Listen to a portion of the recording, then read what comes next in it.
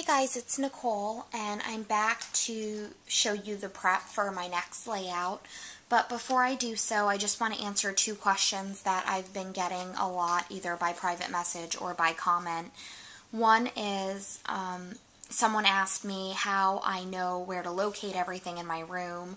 Like, for instance, when I did that photogenic layout, I had all these camera embellishments, punches, brads, etc. And they wanted to know how I even remember that I have all that and how I find it. And if you look at my very first before and after video that I did, the process of how I pick everything out for a layout, you'll know that basically I start with an idea. Either a photo inspires me or I kind of have a theme to what I want to scrap.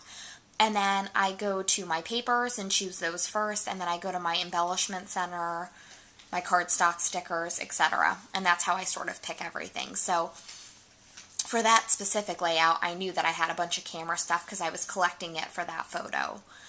Then the other question I have gotten a few times is, a few of you said, wow, it seems like you pull a lot of product.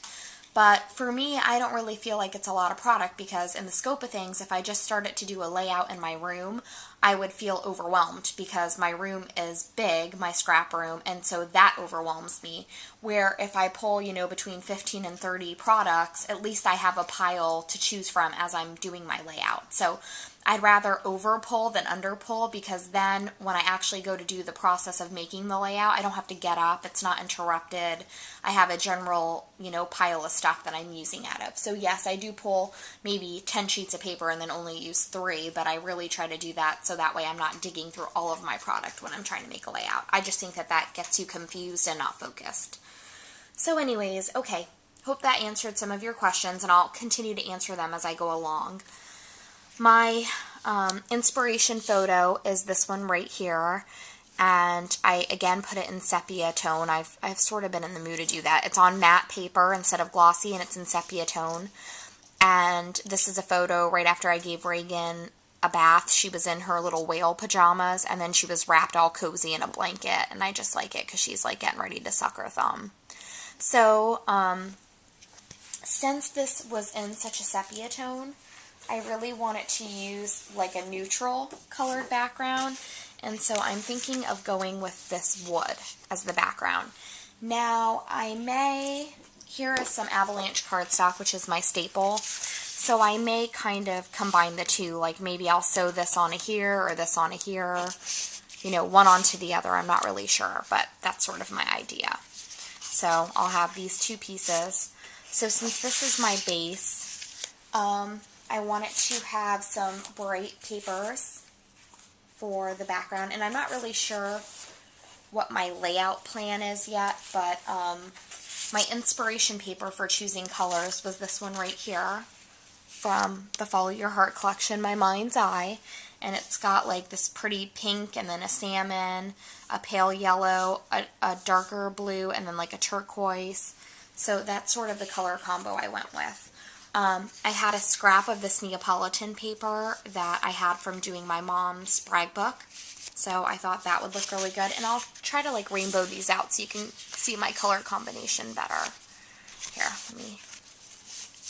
so it's this, and then this, and then to bring out this nice blue right here, I have this paper from the This and That collection from Echo Park, and it's called Bingo.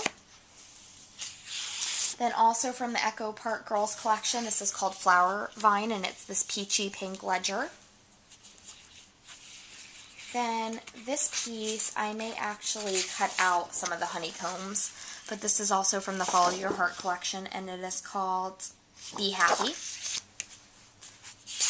Then this is from the Hopscotch collection, and it's this distressed blue, but it goes really well with the blue on this paper. I don't know if you can see that. Then this is a scrap from another layout I did, and it's from Peachy Keen, and it's this salmon-y pink polka dot. And then this is from Pink Paisley Nantucket, and it's called Crab Cakes. And see, I have multiple blues here, so I'm not really sure like if you look right here. Sorry, I know I'm like I'm doing this on my bed because the baby's sleeping. But as you can see, I've pulled quite a few blues. I have this one, and this one. So that doesn't mean I'll use all of them. I'll just see what's most aesthetically pleasing when I lay it down. And then last but not least, I have this chevron called Border Strips from the This and That collection that's in like a yellowy khaki. So those are the papers, and like I said, I picked 8 sheets of paper, not counting my background, and I probably won't use them all, depending on how I do my layout. And then I also pulled this sheet, but I'm actually probably just going to cut a Polaroid out of it if I use it. So those are my papers. This is my photo. Then for embellishments, I chose the My Mind's Eye Be Happy chipboard collection pack. The crepe paper Pretty Party stickers. They look like that. My farmhouse buttons, because the pink and the green match really well. Sorry, I'm not even in frame. Some of these doilies that I got from Bonbon Scraps in Iraq. I may try to incorporate these pink paisley mistables again that I didn't get to use on my last project. For brads, I have some from the Neapolitan collection left over that I didn't use in my mom's brag book. And then I have the Miss Caroline, what collection is this? Howdy Doody. I just love that Adore with the wood grain. I'll probably have to incorporate that somewhere. I also pulled some Hambly screen prints in these white colors. This chip piece from the Neapolitan collection that I haven't used yet. That says Smile. It's a Polaroid. I chose 2 washi tapes, one in this bluish gray polka dot and one in this pale pink color with like stitching on it. 2 Miss Caroline sets of labels. 2 Technique Tuesday stamp sets. Don't know which one I'm going to use yet. And then, last but not least, these Expression Woodshop Sawdust chip letters. Well, wood letters from Pink Paisley. So that's everything, and again, I know it's a lot, but it doesn't mean I'm going to use every single thing. And sometimes I pull something and then I just use one little thing out of it. So it may look like a lot, but it's just think, I condensed everything in my entire room to this one little pile to do a layout. So it really streamlines the process.